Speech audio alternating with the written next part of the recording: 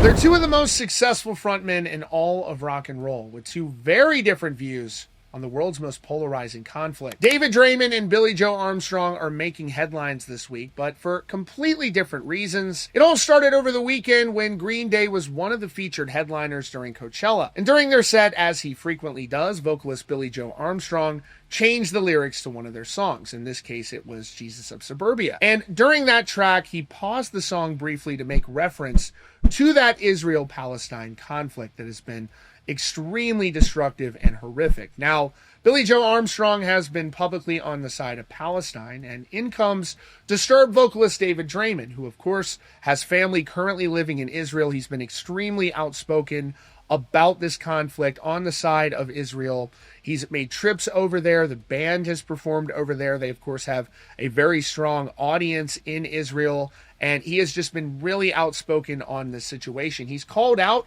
other artists, a number of people, including Roger Waters, who he had some very choice words for. But in this case with Billie Joe Armstrong, it seems like he has a lot of respect for him. Seems like maybe they know each other or they've been friendly in the past. And David just wants to engage in a dialogue with him and try to understand where he's coming from. He says there won't be any preconceptions, there will be no judgment, and he would just like to hear from him. But this is everything that went down that led David to speak out towards Billie Joe Armstrong. Green Day performed on Saturday night to a capacity crowd at Coachella. They were one of the featured headliners, and they will play again next weekend. The band had a career-spanning set list and even threw in a couple of covers, including Black Sabbath's Iron Man and even a few bars of Tom Petty's Free Fallin'. And for vocalist Billie Joe Armstrong, he has never shied away from expressing his political beliefs, and during the performance at Coachella, as we have heard from him in the past, he changed the lyrics from American Idiot to I'm not a part of the MAGA agenda. It's clear that he is not a supporter of President Trump, but that wasn't the only lyric change during their set. As the band was performing their hit single Jesus of Suburbia, he changed the line running away from pain when you've been victimized to running away from pain like the kids from Palestine. He even extended it to let the message sink into the crowd. And this isn't the first time that Billie Joe Armstrong has expressed his views on the horrific conflict in the Middle East. During a recent show in Malaysia, he held up the Palestinian flag to the fans in the audience. But Billie Joe has a long history of making statements that might be controversial and even face backlash for him and his bandmates, including recently making comments about Las Vegas that led some radio stations to suspend playing their music. Now, this is because Billie Joe is an Oakland native and a very strong sports fan, so when his beloved Oakland A's were announced to relocate to the Las Vegas Strip, he held nothing back, describing how he felt about the new town for that franchise. He said at the time, "I hate Las Vegas. It's the worst shithole in America." He made the remarks during the band's September 20th performance at San Francisco's Oracle Park. And in response to that move, local radio station KOMP 92.3 announced they had pulled any and all Green Day from their playlist, writing on social media, "It's not us, Billy. It's you, Vegas forever." Now, after Billie Joe Armstrong's comments on stage at Coachella over the weekend, Disturbed frontman David Draiman has extended an olive branch to Billie Joe, hoping to engage with him in a friendly discussion for two music industry peers.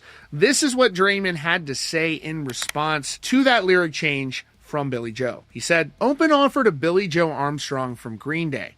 You know I respect you, brother. I'd love to have the opportunity for you to hear the Israeli-Jewish side of this horrific war. I'm available to discuss wherever you are.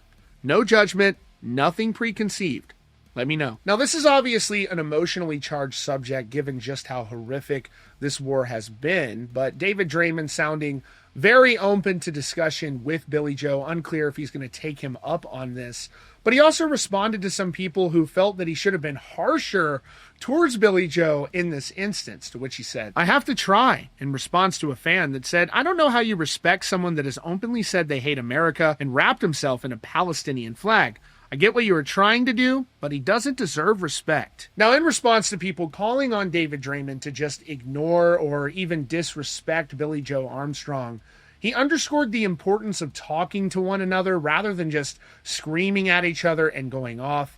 I've had David Draiman on the podcast. He's a very nice guy. He's a very professional guy, very intelligent person. And this is what he had to say about having people talk to each other. He said, dialogue. We need more of it. We need to stop simply and constantly judging one another, sticking to our respective teams and narratives, whatever the cost. We need to be able to talk to one another. Stop burning bridges. Stop building them. Another fan said, when only one side is calling for dialogue and the other side is trying to conquer, dialogue is not the solution. To which Draiman responded saying, I'm not talking about dialogue being able to stop someone intent on killing you. It won't. I'm talking about having a dialogue with everyone, exchanging ideas and thoughts in a calm, respectful, productive manner so that we don't get to the point of wanting to kill each other. And I hope that Billie Joe Armstrong will take David up on this. I think that David's offer is very sincere. He's a very mild-mannered person, and it would be cool to see them talk, even if they disagreed respectfully at least.